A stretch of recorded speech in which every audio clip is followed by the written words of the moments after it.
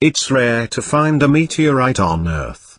It's even rarer to find what was the core of a comet. Rarer still, a rock that didn't even come from our solar system.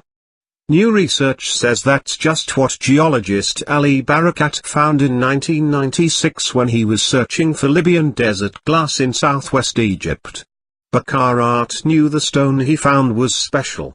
Since named the Hypatia stone after the earliest known female mathematician and astronomer, the object was covered in the kinds of microscopic diamonds that are a telltale sign of an extraterrestrial impact.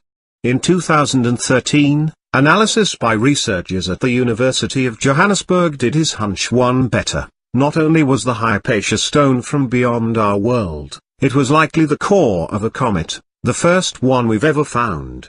But by 2015, other researchers were scratching their heads. It wasn't a meteorite, sure, but it also didn't contain the ingredients of any known comet.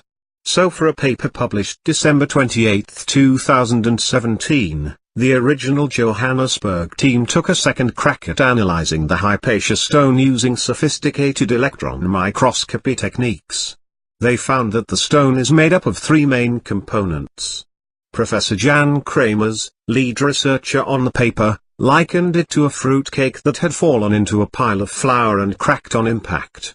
We can think of the badly mixed dough of a fruitcake representing the bulk of the Hypatia pebble, what we called two mixed matrices in geology terms. The glace cherries and nuts in the cake represent the mineral grains found in Hypatia inclusions. And the flour dusting the cracks of the fallen cake represent the secondary materials we found in the fractures in Hypatia, which are from Earth, he said in a press release. Seeing as the flour is from our own planet, it's the dough and fruit that are of real interest. The dough, or mineral matrix, is all wrong for an object from our solar system. If it were possible to grind up the entire planet Earth to dust in a huge mortar and pestle, we would get dust with on average a similar chemical composition as chondritic meteorites, said Kramers. What's more, the matrix also contains the kinds of carbon compounds you generally see in interstellar dust, not something you generally find in our neck of the woods. But the Hypatia stone's real claim to fame is the fruit, or mineral grains. They're made up of nickel, phosphorus, and iron, but not in any ratio we're familiar with. And that, say the researchers, could mean the stone formed before our sun did.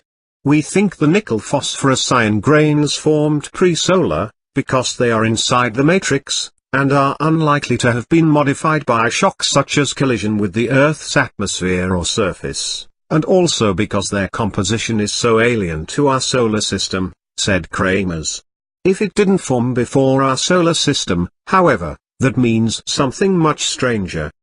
The reigning theory is that the bodies in our solar system formed from a huge, uniform cloud of dust. That's why you find the same compounds in all of the rocky stuff, planets, moons, meteors. If the Hypatia stone formed around the same time as everything else, that means the cloud wasn't uniform.